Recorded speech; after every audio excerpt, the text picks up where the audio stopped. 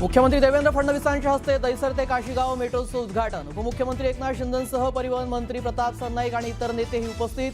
मुंबईकरांचा प्रवास आणखी सुसाट। भोंदू खरातने चमत्काराने नव्हे तर हात चालाखीनं महिलांना धमकावत शोषण केलं। चौकशीत भोंदूची कबुली, तर दुनिया झुकती है झुकाने वाला चाहिए। चौकशी दरम्यान खरातचं धक्कादायक विधान। भोंदू खरातचे बिल्डरच्या मदतीने व्हायचे कोट्यवधींचे व्यवहार। एका बिल्डरचा 300 कोटींचा व्यवहार संशयाच्या भोवऱ्यात। नाशिक पुणे यातील 5 जण हवाला रॅकेटमध्ये सहभागी असल्याचा संशय। भोंदू अशोक खरातच्या घर आणि कार्यालयावर छापा। तृप्तपाला बंगल्यातून अनेक आधार कार्ड पॅन कार्ड जप्त। बनावट बँक खाती उघडण्यासाठी कागदपत्रांचा वापर केल्याचा संशय।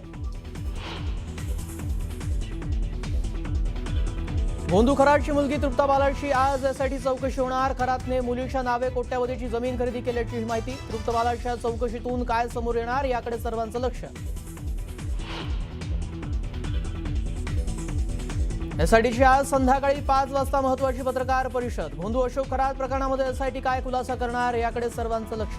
तपासाची दिशा आणि नवे खुलासे समोर येण्याची शक्यता। पार्थ पवार कृतज्ञ कुटुंबाच्या पूर्व पुण्याईवर झालेला खासदार। काँग्रेसचा पार्थ पवारांवर हल्लाबोल। काँग्रेसच्या डाऊनफॉल बाबत केलेल्या टीकेवरून सुनावले खडेबोल। ठाण्यात माथेफिरूकडून 10 ते 12 वाहनांची तोडफोड। माथेफिरूला पोलिसांनी घेतलं ताब्यात।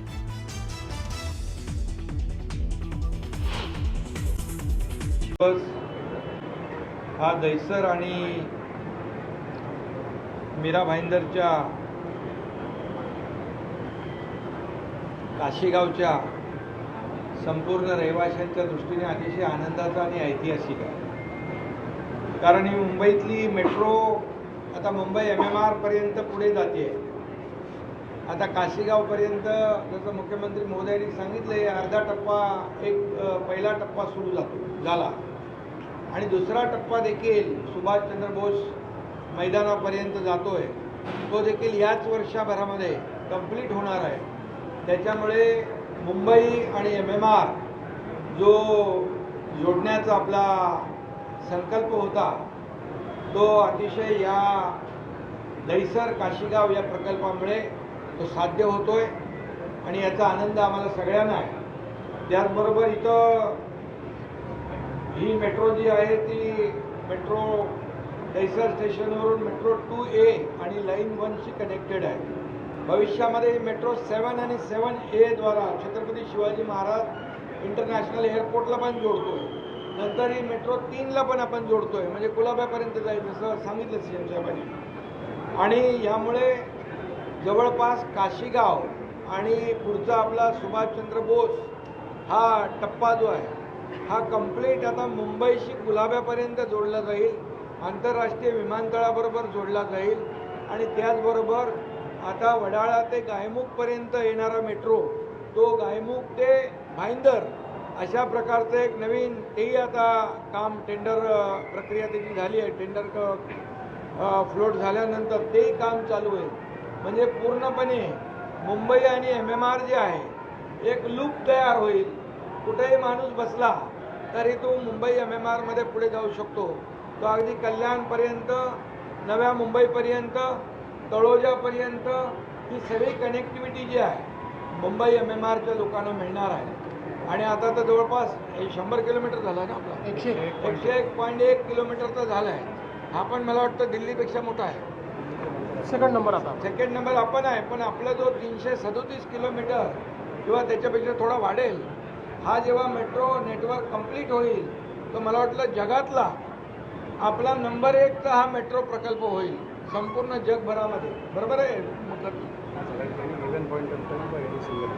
आणि त्यामुळे हा खऱ्या अर्थाने मेट्रो जे प्रकल्प आता हा तर 2018ला भूमिपूजन केलं।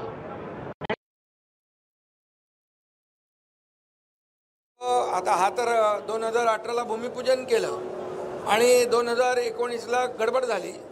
2019ला ब्रेक लागला याला। मग ते ब्रेकवरचा पाय आम्ही 2022 पर्यंत याला हे लागला मग ते त्यांचा पाय ब्रेकवर होता, आमचा पाय ॲक्सिलेटरवर असतो. आणि त्यामुळे देवेंद्रजी मुख्यमंत्री असताना भूमिपूजन केलेला हा प्रकल्प आज आपण कार्यान्वित करतोय ते मुख्यमंत्री असताना याचा आनंद आहे. पण त्यासाठी मला 2.5 वर्ष मुख्यमंत्री व्हावं लागलं आणि सगळे स्पीड ब्रेकर हटवून टाकले, सगळ्या अडचणी दूर केल्या. लँड ॲक्विजिशन सारखं मोठं चॅलेंजिंग सगळं काम होतं, पुनर्वसनाचं काम होतं आणि देवेंद्रजी आणि आम्ही मिळून ते पुढं नेलं आणि त्यामुळे आजचा हा आपल्याला मेट्रो प्रकल्प पाहायला मिळतोय.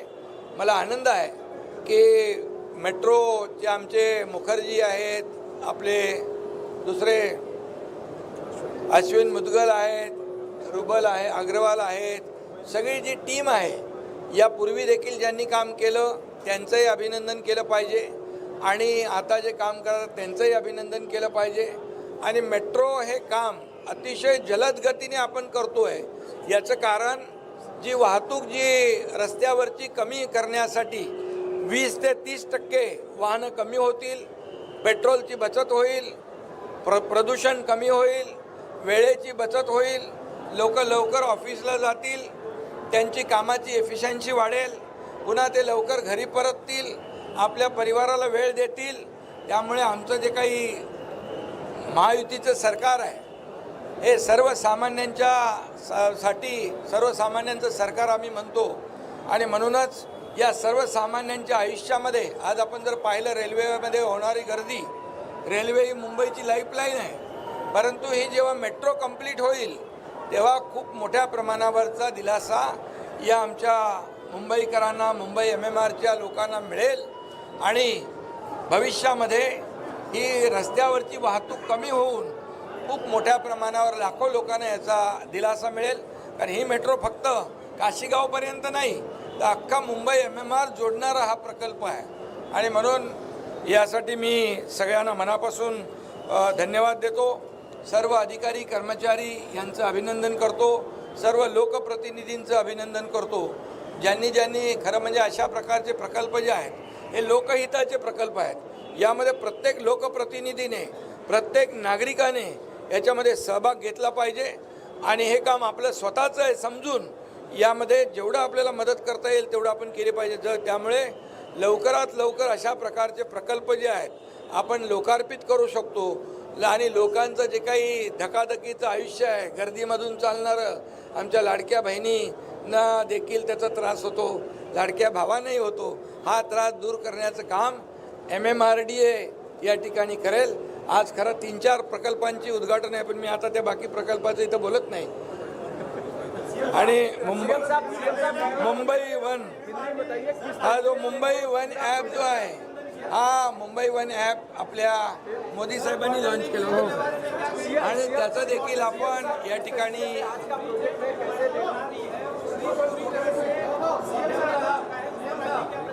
क्या बॉटलनेक है उसको एग्जामिन किया जाएगा और उसको जो वहाँ पर लोगों के लिए जो आसानी होगी, लोगों के लिए जो ठीक होगा वो करेंगे.